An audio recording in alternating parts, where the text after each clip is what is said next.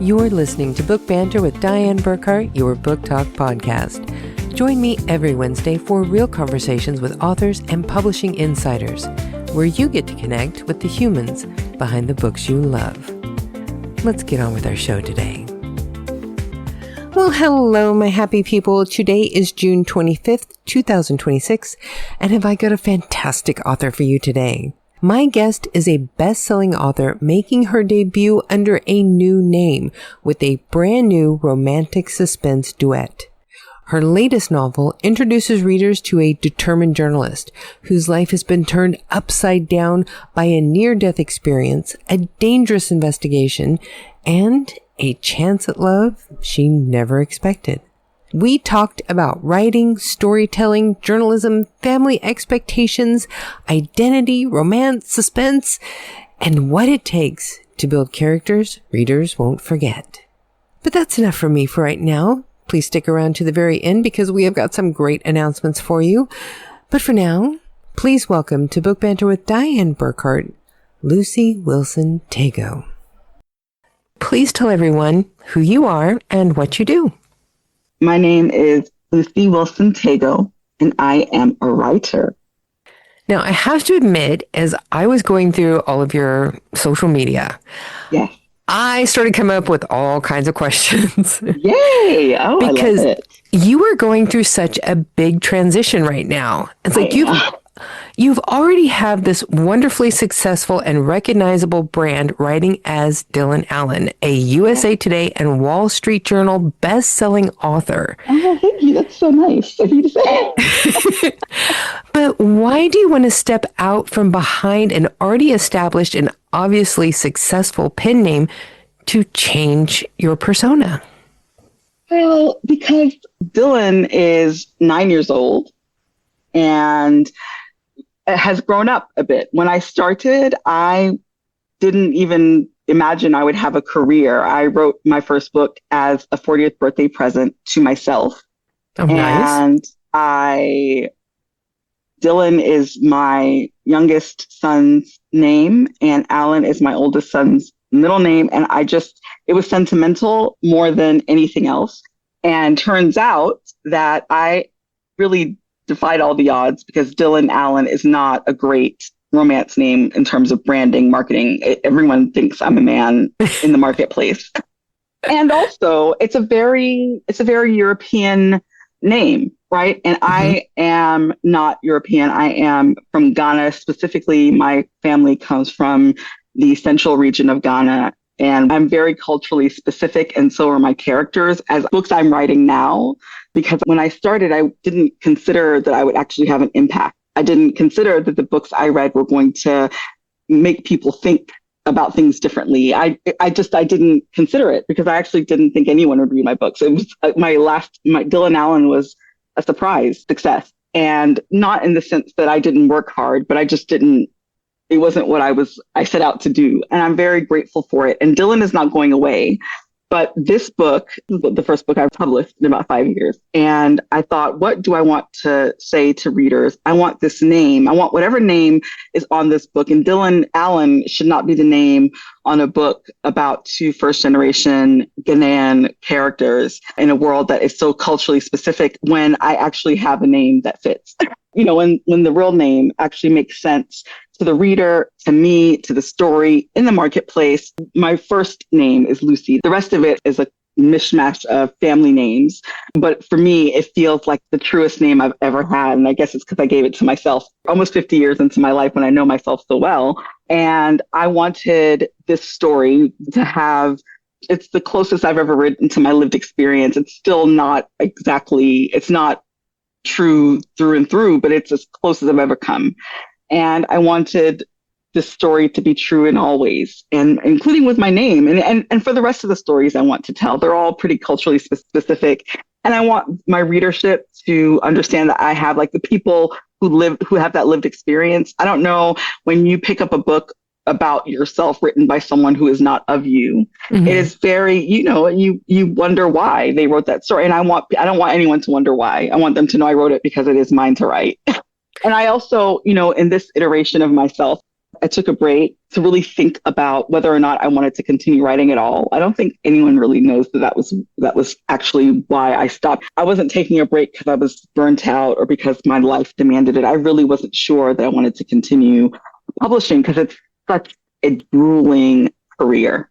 Oh, yeah. And it's grueling and it takes, for the most part, it takes more than it gives. But when it gives, boy, it just blows you out of the water. I mean, it's like, it's, and I started to feel like I was in an abusive relationship with my career. And so I don't want to be, I am not someone who likes to suffer. I don't want to live my life fighting for air when I don't have to. So I was like, I don't think that the thing I love should be treating me this way. And I realized part of it was that I felt like I was trapped by Dylan, the kinds of stories that Dylan tells.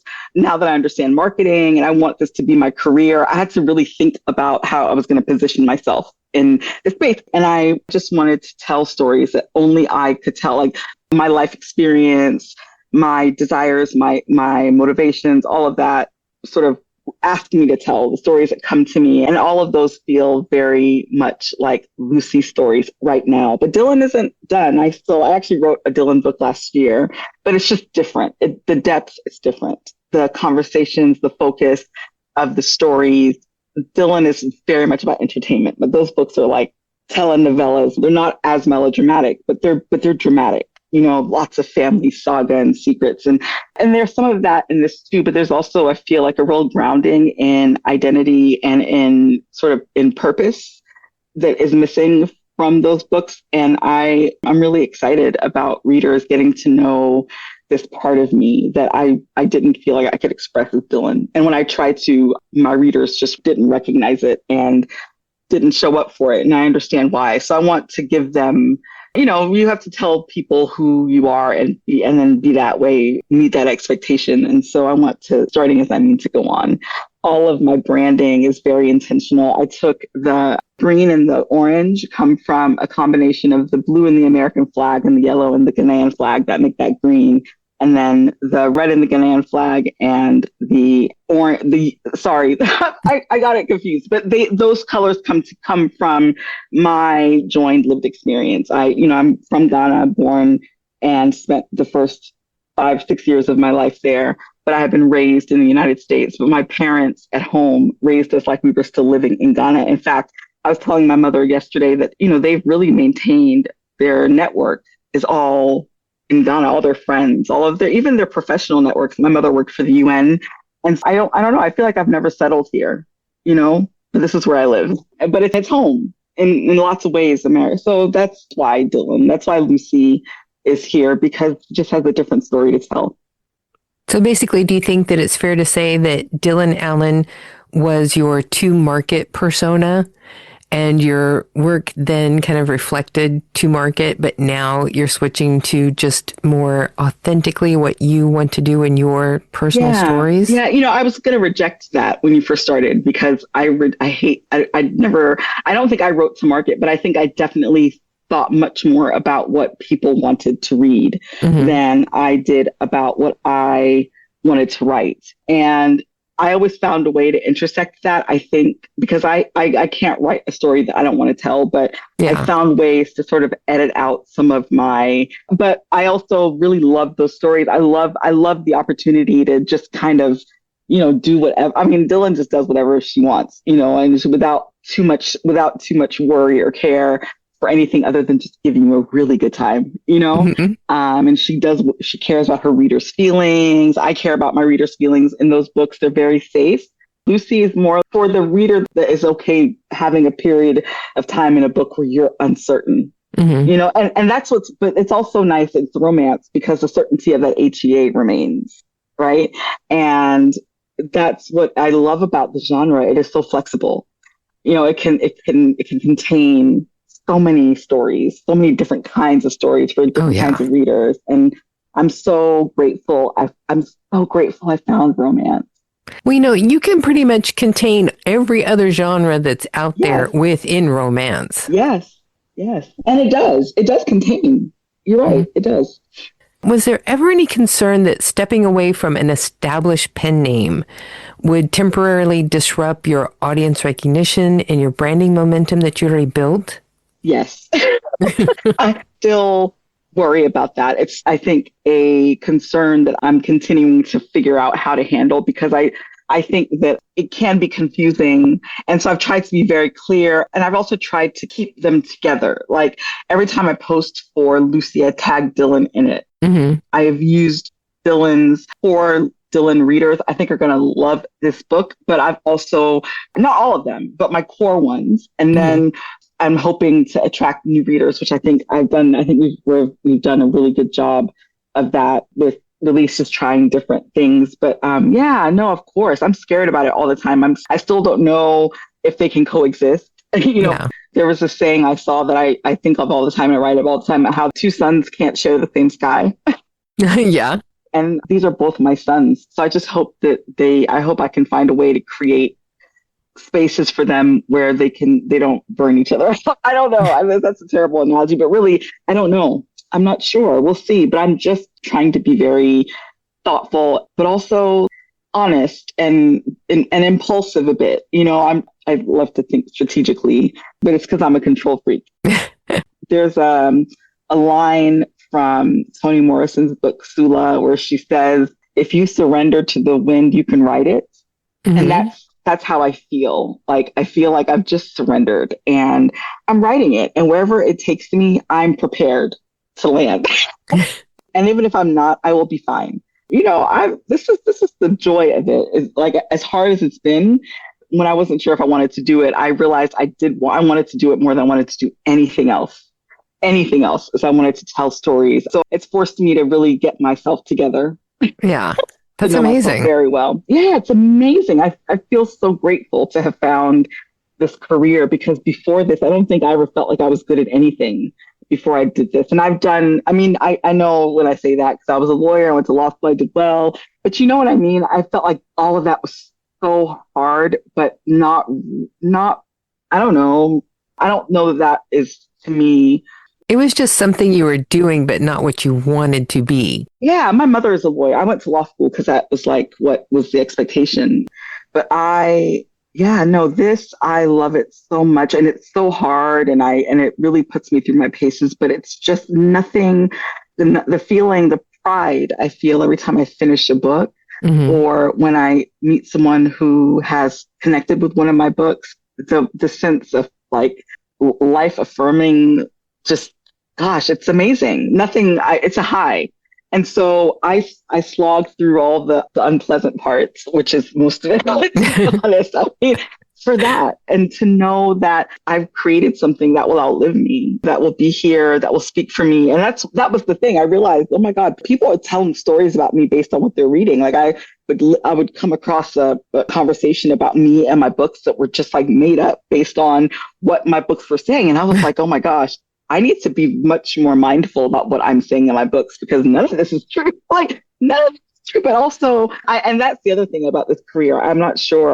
Ghanaian culture is very, very private people. Mm-hmm. Being public is vulgar. Like doing anything in public is like, so I've had to overcome that hard wiring as well. And deal with my mother every time she sees me post anything online. She'll say, oh my God, why do you have to use that language? And why do you have to say that? And that's a picture of me. And you can't, like she's, and I just had to say, okay, this is part of my job. This is also how I want to express myself. And I just had to stop, it's all fine. She actually yesterday was like, so I guess this is what you're going to do for the rest of your life, huh? And I was yes, it is.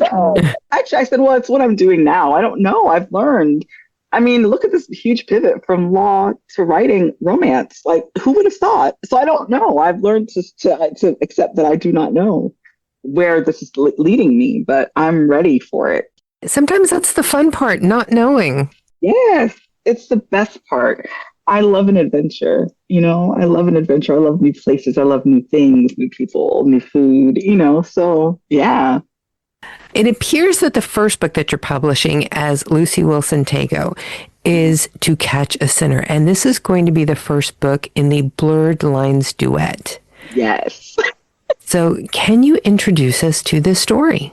Yes, I can. So To Catch a Sinner is a friends to lovers, sensible steamy romance that is set in a fictionalized Washington, D.C. And the romance is between a journalist named Arsinoe. She goes by Sin, and Kwame, who is a lawyer. And they're both DC natives, recently returned for very different reasons.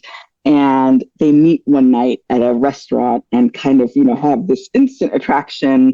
And then months later are reacquainted and realize that they have much more in common than they thought and find each other so irresistible. They fall in love without really thinking too much about it. And before they realize that this love has a fatal flaw. It is a story about art. She's investigating a black market ring that steals African antiquities as they're in transit from being returned to the original owners. And his father is a collector of this art. And so there's a collision in their interest in the story. I started writing it in the summer of 24, and I was preparing for a Washington, D.C. that was going to be like, I lived here in the Obama years. It was like the golden era. I mean, it was a wonderful time in the district. So I kind of harkened back to those days. I mean, brought back restaurants that are no longer here, and just sort of the energy of art and culture and openness that existed in Washington, D.C. Now, I know on your website it said that this story is actually inspired by real people, places, and stories. Yes. Was doing this part of moving towards your more authentic self in your work? Yes, it was. And I've been so fascinated by the conversation. I love art. I collect art as well. And I was fascinated by the conversation around watching museums fight to not return art that was stolen. I just thought, okay, maybe you didn't understand what you were doing when you stole it in the first place, but now you understand, and you're still saying that you can't give it back. And, they're losing this fight. Some of them are not fighting. And I wanted to be on the other side of that conversation because I went to Ghana that summer and I saw in a private home a piece of art that should not be in anybody's home. It belongs to some chief, and somehow it's ended up in a private collection. And it was so real. And I just thought people don't understand what they're depriving the people that this belongs to of. Generations of people have grown up without having access to the artifacts that are part of their cultural traditions. They've lost that, so that you could have it in your museum. So I was fascinated by that. I went to law school in DC. I've lived in Maryland longer than I've lived anywhere else, I think, at this point in my life. And in the DMV. And it's such an interesting city. And it's really the only city I thought this story could sit in. I love, if you read in the rest of my catalog, you'll see I set books all over the world all the time, very rarely in more than one place twice, unless it's like London or Paris or something. But DC for the story just was the only place it could be, but it couldn't be the DC of right now. It needed to be a DC where all of these things were possible, the freedom and the lack of anxiety that these people live in this story. I couldn't write it as it is. So the influence of it, DC is the only place where these two people could have met the way they did. The African diaspora is so thick here. It's so dense and diverse, just as diverse as it is any other part of like the Black diaspora. I think Washington, D.C., besides Houston, maybe, and parts of New York, Maryland is home to, I think, more West Africans than almost anywhere else. And so, all of those things influenced the story. And then the house, I read a story about how Jackie Kennedy's family home was owned by the government of Saudi Arabia. And not just the government of Saudi Arabia, but the United Arab Emirates had also bought a few, like the Kennedys' former home, and all of these like iconic pieces of Americana. These are homes that are famous. So the cultural shift was just interesting to me. I wondered what impact that had on the community around it, one of the oldest and wealthiest parts of this country. And then I was scrolling Instagram or something, and I saw a woman post about her father, an article that Forbes wrote about her father when he bought a historic home. He was a Nigerian billionaire who bought a historic home in New York. And I was like, oh my God, so this is real. Like this, the culture, and it was all about the cultural shift and how the family was received and how the neighborhood changed. And eventually no one lived there. And I reached out to the woman and she was very gracious. She gave me an interview and gave me lots of insights. I'd never met a billionaire or their child. So she gave me a lot of insight on what it was like to be the child of a very, very, very wealthy man. And that was amazing. You know, things I couldn't have made up. She told me, so it helped me craft characters that I think feel very authentic. And even though they're nothing like any of us, right? Who Kwame is the son of a billionaire. Most of us are not. You can really understand him because, you know, this woman meeting, it was so fortuitous. So, you know, that scroll, her talking to me humanized him in a way that I don't think I could have done on my own. I could have reached on my own because we all think billionaires are caricatures and so are their lives, right? But really they're not, you know, the impact of their lives on the human inside of that is really hard. And so it was cool. I mean, so yes, all of it. There's everything is inspired by, you know, their dance with straddling cultures. It's inspired by my dance with straddling cultures. That's the part of the story that I think is closest to mine is, you know, this tension between wanting to be your own person, but also being raised in a culture that puts your devotion to your parents and your honor of their sacrifice and all of that first. Mm-hmm. is hard because that's not America is like, so inside your home it's that, but the rest of the world is not that way. Individualism, you know, all of that, yes. Real life, real people, real places, real food. It's wonderful. It's a gift to be able to sort of put them down and capture them forever in my stories, you know? I always tell people, it's like whenever you have books like this that do have so much reality in it, it's almost like getting a snapshot of this point in history. And it will be important, you know, years down the line when people can come back and read this and get a look at real identities, real traditions, real stories. Yes. Those are invaluable to have. You know what?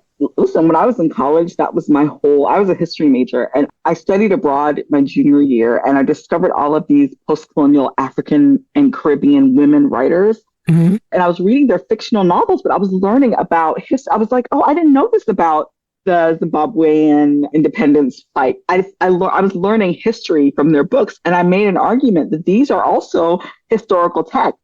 Oh, yeah. And that women's narratives, in fact, because women are excluded from like traditional historical textbooks and, you know, treaties.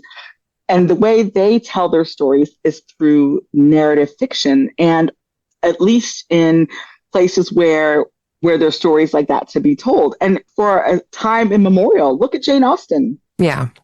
Look at what we've learned about her time that she lived in from the stories that she told. And I agree, all that to say, I agree 100%. Whenever you were writing as Dylan Allen, you actually had several multi-book series. And then with your Blurred Lines Duet, you're doing just 2 books. Is there still room to maybe expand that later, or are you set on this story just being 2? Well, this couple, their story, I've written book 2 and it's done, and they are in a very happy place. But there's a secondary character in this book that has captured my imagination and the imagination of, I think, most of the people who read the book. She's just so crazy. I've already started thinking about her book. Actually, already started planning her book and her story. And so I don't know that it's going to be part of the duet, but it will be in the world because there's so many people in this world and it's a fantastic cast of secondary characters. And so, I hope that I have at least a few more books. There are 2 characters in this world I'd love to write books for. And then we'll see. But I have other projects. Not enough time, not enough hands. So many ideas, so many things. And that 5 years I took off, I feel like I'm trying to make up for it. If you're going to be having book 2, if it's already written, when are you going to actually publish the second book? Well, I have to wait to see what my publisher says. I'm really hoping it'll be early next year. It's an edit. So I mean, it's probably going to be an edit until the end of the summer because it's it's a pretty crazy story. I don't know. It's a pretty, and book 2 is very, lots of action, lots of things happening. And book 1 is as tight and good as it is because we worked very hard. So it's going to be, hopefully it will be done at the end of the summer and we can get the audio done so that we have a simultaneous release for book 2. But my sort of dream is February of 2027. And that would give us the rest of the year to promote this book because I really want people to read it because the cliffhanger is pretty severe. I love cliffhangers as a reader and as a writer, but I know not everybody does. But it's so good. I feel like it's worth it. Yeah, I definitely have a love-hate with cliffhangers. Yes. I love writing them and I love reading them, but I hate waiting for the second part. Me too. But I love the wait. There's something so great about the wait and about thinking about it. I mean, I love stories. Books are my favorite thing, and not just books, movies, television, whatever. If you put a story in front of me and I can consume it, and you have characters I care about, I will be yours for the rest of your life. So yeah. I love the wait. I mean, I love when I don't see the end coming and I get to the end and I get to scream when my whole family comes running because they think something is wrong and it's just a book, but it's not just a book. It's like my whole new personality. I mean, so yeah, I love them, but I also hate them too when I'm not expecting it, but I love them. I think it's good. It's a good torture. Our seasons always start in February with a love fest where we focus on romance for 2 months. So if your next book is ready to drop in February, we'll have to talk and have you come back on for that one. I would love that. Now is the perfect time to do our 5 quick questions that never turn out to be quick, but I hold out hope it will happen someday. And today, since you are trying to be more your own authentic self and celebrating your Ghanaian history, I came up with some questions that I think will help talk about some of your traditions from your home. Okay. And feel free to correct me if I say things wrong. Okay. Well, so it's Ghanaian, by the way. Ghanaian. And how do you pronounce it when it's just the GA? What is that? Because I saw on your website and in some of the references that I was looking up, it's just a GA, like Ga tradition. Oh, Ga, no. Ga is, okay, so Ghana is a country. Okay. Ga is an ethnic group. We're one of the ethnic groups. There's the Ga, the Fantis, the Ashantis, the Akopims. The Gas and the Akans are the big group, but that's an ethnic group. Okay, and that's your family too, though. Your family is Ga. The Tagoe is the Ga name, and it is from my mother's father. It's a paternal family name, yeah. Okay. Yeah. So it's my mom. But we're maternal people. So we're matrilineal people. So we inherit from our mother. So my mother's mother was Fanti, and so is my mother, and so am I. Question 1. Did you grow up with any Ghanaian traditions in your home? Yes, we did. We have lots of traditions around birth and marriage, and we have these things when you're 7 days old, is when you're given your name. We have a ceremony called an outdooring. And that was how I spent a lot of my Saturdays. It starts very early in the morning. And the family gathers. The child is taken outside, put on the ground, introduced to the earth, introduced to the sky, introduced to the family. Their name is spoken aloud for the first time. The child is given their name. And I went to those almost every weekend growing up in Houston, even because there are a lot of Ghanaians in Houston. And my sisters and I married. I'm the only one who married someone from Ghana, but we did the Ghanaian traditional wedding, eat Ghanaian food almost exclusively, 85% of the time. And my children do as well. It's good food, and that's what they love. It's what I like to cook. And that actually leads into question 2. Yes. I happen to notice that Ghanaian food is known for its bold, spicy flavors. Yes. Are you someone who enjoys spicy food, or do you prefer more mild? Much. No, I love the hotter, the better, the more, the better.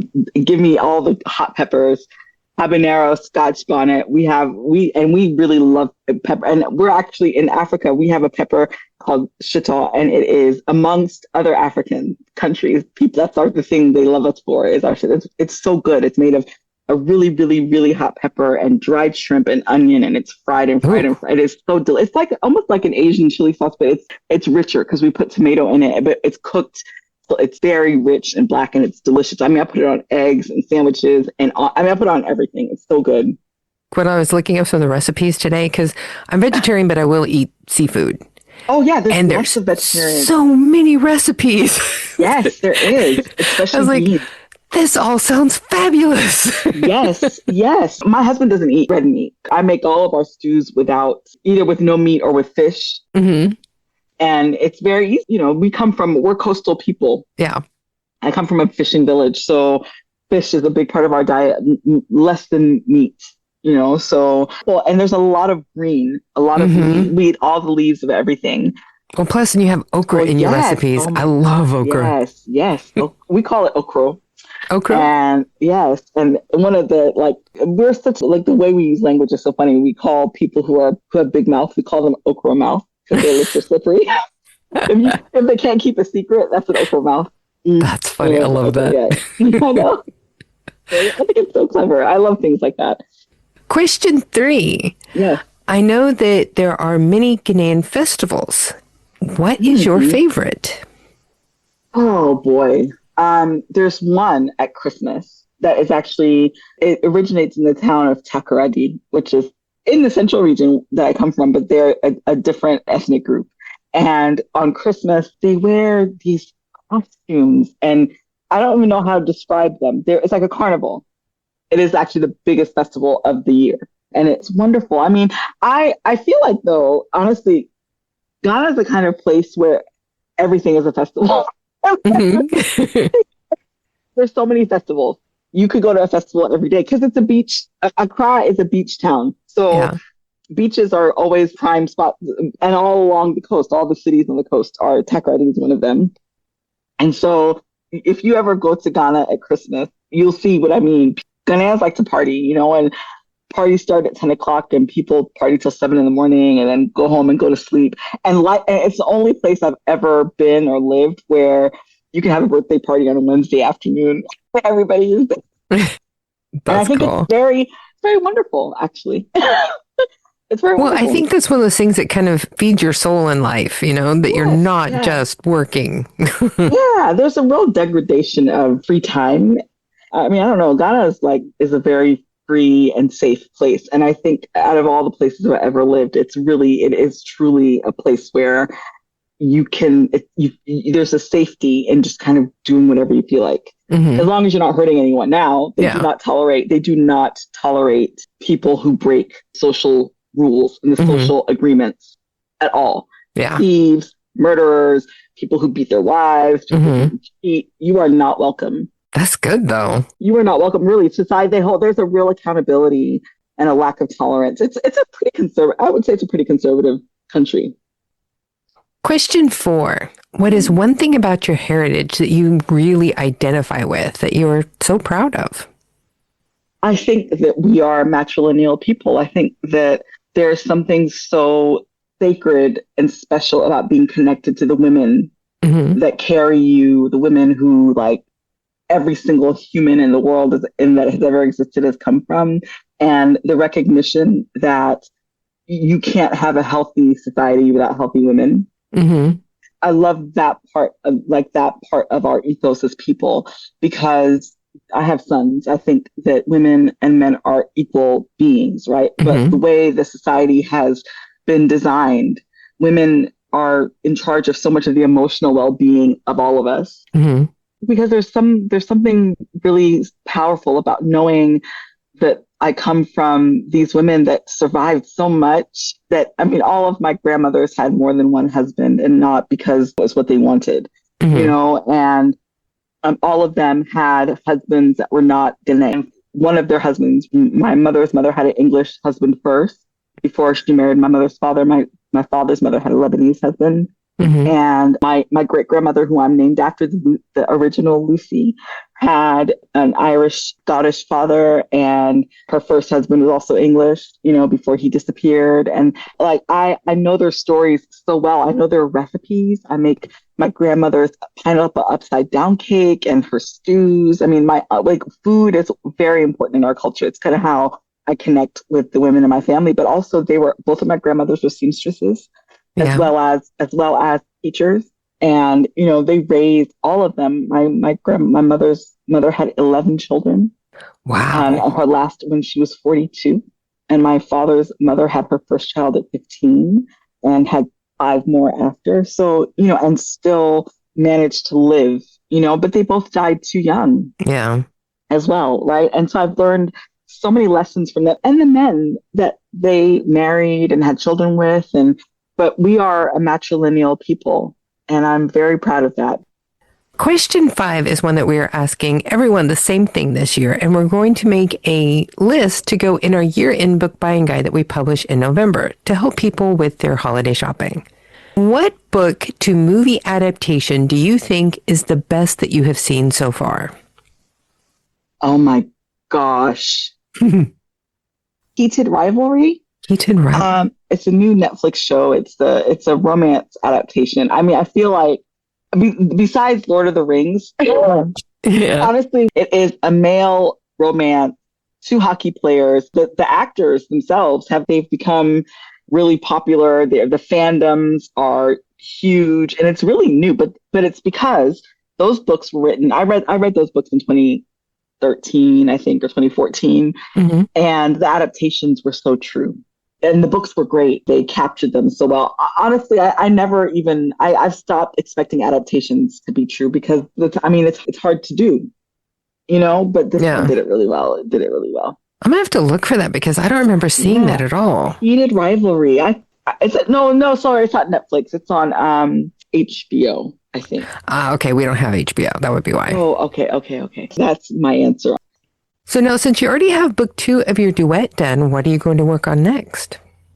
I am working on a story, sort of working title, The Myth of a Motherland, about a woman who discovers that her mother is from Ghana. She grew up her whole life not knowing it, and she goes to Ghana to sort of unravel a mystery surrounding her mother and finds herself caught up in a dangerous cat and mouse game of someone who's trying to stop her from discovering secrets. So that sounds good. And I really want to explore what it's like to go back when you expect to find home. What is home? What is the myth of a motherland? So that's what I'm working on. I'm really hoping that I can get my teeth into it properly once I'm done with it. It's hard for me to write when I'm doing it. And I'm also in promo mode for my book, so I'm not spending as much time writing as I should right now. So now we do need to remind everybody who you are and where they can find your books. Okay, I am Lucy Wilson-Tagoe, and you can find my book To Catch a Sinner anywhere the books are sold on June 23rd, and it's available for pre-order now. And you can also find more about me at lucywilsontagoe.com and about my pseudonym, Dylan Allen, at dylanallenbooks.com as well. And of course, all of your information will be in the description of today's podcast, along with links so that everybody can just click and go and find you and all of your work. Yes. All right. Thank you so much. This has been great. Yeah. Thank you so much for coming here. And I am absolutely serious. When the next one is ready to go, let me know and we'll get you in. I would love that. Thank you so much. This has been wonderful. So there you have it, folks. My interview with the amazing Lucy Wilson-Tagoe. I had a fantastic time talking with Lucy. It was so much fun. One of the things that made this conversation especially memorable for me was the discussion about food, because later that same day, my husband took me to a local street food fair for dinner. And completely by chance, I found a food truck serving authentic Ghanaian food. So of course I had to try it, and it was absolutely amazing. It was all so perfect. I took a picture and sent it to Lucy. I did make one mistake though. I let my husband try the food, and it was so good he immediately wanted to steal it from me. But that was not going to happen. I think it's safe to say that we will be adding a few Ghanaian recipes to our menu at home because it was just so good. Now be sure to check out all of Lucy's information in the description of today's podcast and follow her on social media so you don't miss out on any new publications as she brings more stories to life. Now, coming up next week, I will be sharing my conversation with author, therapist, coach, and podcast host, Liz Bullard. Liz was an absolute joy to talk with, and sometime soon we're going to flip the script. I will be joining her on her podcast, and she'll get to interview me about our new paranormal romance, The Haunted Heart series. Now, I want to share a little bit of news from Burkhart Books and Book Banter Productions. As many of you know, I have never charged authors to appear on the podcast or be featured in Book Banter magazine. That's a policy that is very important to me because I believe authors should be selected based on the quality of their work and the value they bring to readers, not based on who can afford to pay me to promote them. But at the same time, producing a podcast, publishing a magazine, maintaining a website, creating promotional materials, self-publishing books, and developing new projects all come with real financial expenses. That's why I have begun creating a line of merchandise for Burkhart Books and Book Banter Productions through our new Zazzle storefront. There are already a few items available, and over the next several weeks, I hope to build a solid collection of merchandise connected to our books, podcast, magazine, and other projects that are in the works. And as time permits, I'll continue adding new designs and products because clearly what I need is one more project to work on. I don't have enough to do. If you'd like to take a look, you can find the store on Zazzle under Burkhart_books. That's BURKHARDT_BOOKS. Every purchase helps support the work that goes into everything I currently do to bring you great authors and their books, and will fund developing future projects while allowing me to continue offering interviews and author features without charging authors for their participation. And don't forget to follow us on Facebook at Book Banter Productions. And keep an eye out for our Spectre Sunday posts. They're a fun way to learn about the people, places, and investigations behind the scenes of the upcoming Haunted Hearts paranormal romance series. And one final thing before I let you go. If you haven't signed up for our newsletter yet, next Wednesday will be your last opportunity to read the first 2 chapters of our paranormal romance, Langston Watch Hotel, the first book in our new Haunted Heart series. These free-to-read chapters are available exclusively to newsletter subscribers. So go to burkhartbooks.com/subscribe or find the link in the description of this podcast and just click and go to sign up today if you would like to read them before they disappear. You can unsubscribe at any time, so really you have nothing to lose. Well, that is definitely enough for today, folks. So you know what that means. It's time for you all to go forth and be really happy. We have so much great content coming for you. Thank you for joining us today. Be sure to subscribe to Book Banter with Diane Burkhart on your favorite podcast streaming service. Because if you love books like we do, you do not want to miss a single episode of this podcast.